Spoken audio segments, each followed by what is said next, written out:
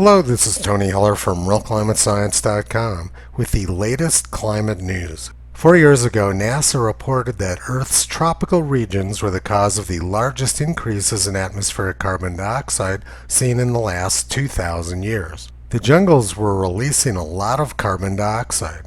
And the European Union has come up with a plan to stop it, and they say they're going to give humanity a fighting chance. The European Union are apparently like superheroes, and they're going to save humanity from this evil carbon dioxide. Over the past 30 years, governments have signed dozens of climate agreements, and none of them have had any impact on the rate of growth of carbon dioxide in the atmosphere. But the European Union believes that they can pull off this same scam one more time. Apparently, they believe that EU politics can stop the tropics from emitting so much CO2. Now let's take a look at what the European Union says they're going to save us from. Deaths from all type of natural disasters, including weather events, is down 90% from a century ago. Crop yields have skyrocketed over the past 60 years. Malnutrition around the world has plummeted to record lows. Poverty has also plummeted to record lows over the past 200 years. And life expectancy has nearly doubled over the last century. NASA shows that Earth has gotten much greener as a result of the increase in carbon dioxide over the past 40 or 50 years. This is a lot of very good news, but the European Union says they're going to fix all that good news with their catch-all climate plan. And this is what Twitter is promoting today. Millions are on the move because of climate change. Sky News in the UK says, all around the world millions of people are on the move because of climate change. Follow this thread to find out how the warming planet is forcing people to flee their homes to escape weather disasters. So what Sky News is trying to do is to scare people and make them feel guilty about using fossil fuels. The message here is that if you drive your car on a family vacation, you're forcing some other family out of their home. And of course, if you're unvaccinated and not wearing a mask, you're actually killing other families. The press is trying to lay a lot of guilt on people to bring them into compliance.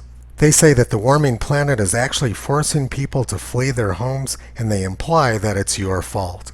This is the same story as 45 years ago, except that back then it was the cooling planet which was driving people out of their homes. In 1974, the National Academy of Sciences wanted to evacuate 6 million people from their homes in Africa. They said this was because global cooling was ruining the climate.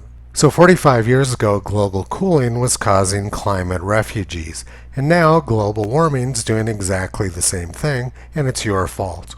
All the nonsense aside, if we go back 90 years, we actually did have millions of climate refugees. The Midwest was so hot and dry during the 1930s that millions of people abandoned their homes and moved out to California. John Steinbeck wrote about this eloquently in his novel The Grapes of Wrath. But most journalists don't study history anymore and simply parrot the propaganda they're being fed. 90 years ago, it was reported that China's had 1,800 famines since the year 108 BC, which is pretty near a famine a year. In the 2 years famine of 1877 and 1878, it's estimated that 9,500,000 people starved to death. So apparently, you driving your car has been causing climate refugees for at least 2,000 years. And much of the Old Testament in the Bible is dedicated to stories about climate refugees fleeing drought and famine for many years. But never mind thousands of years of history. Sky News says this is all your fault. Today, the BBC reported the heat waves in North America are being explicitly linked with climate change, and scientists worry that they show that climate change may be more severe than predicted and that the current global response may not be enough. And then Aleister Campbell weighed in, there will be a special place in hell for the Koch brothers and all who have funded and driven climate change denial, many of them incidentally the same people behind Brexit. Wow, Aleister Campbell and Ross Atkins are really angry at the Koch brothers for providing the fossil fuels which Aleister and Ross depend on for their day-to-day survival. If fossil fuel companies stopped providing their product, civilization would collapse in a matter of days and billions of people would be dead within months. All of our food production and distribution systems, communications, transportation, heat, light, and power are completely dependent on a steady supply of fossil fuels. But understanding these rather obvious facts would require that Aleister and Ross actually use their brain. As we've already seen, deaths from natural disasters are down 90% over the past century. This is largely due to the ready availability of low-cost energy. During a 70-day heat wave in 1911, 40,000 people died in Paris from the heat. They didn't have access to air conditioning, which is made possible by the Industrial Revolution and fossil fuels. And 200 years ago this summer, 200,000 people in France died from the heat. The reason this doesn't happen anymore is because now we have people like the Koch brothers who provide the fossil fuels that are keeping billions of people alive. And for saving billions of people's lives, Aleister Campbell says that there's a special place in hell for them. Apparently, Aleister Campbell wants a lot of people dead. Let's finish this up with one more article from the New York Times.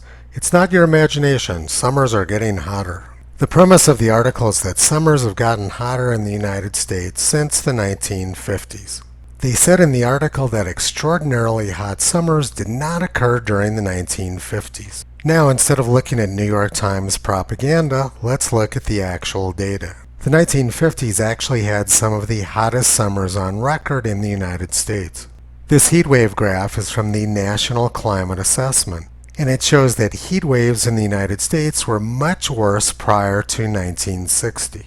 So what the New York Times article is doing is lying about the 1950s and hiding all of the extremely hot weather prior to the 1950s. 1952, 1953, and 1954 were 3 of the 10 hottest summers on record in the United States. The percentage of days above 95 degrees Fahrenheit in the United States has plummeted over the past century. They peaked in 1936 and were very high during the first half of the 1950s. And equally as interesting is the fact that the percent of stations reaching 95 degrees Fahrenheit or 35 degrees Celsius sometime during the year has plummeted over the past century. During the 1930s, almost 90% of stations in the U.S. would reach 95 degrees sometime during the summer, but now that number has declined down to about 70%. The reality is that U.S. summer afternoon temperatures have gotten much cooler over the past century. The hottest month on record in the United States was July 1936.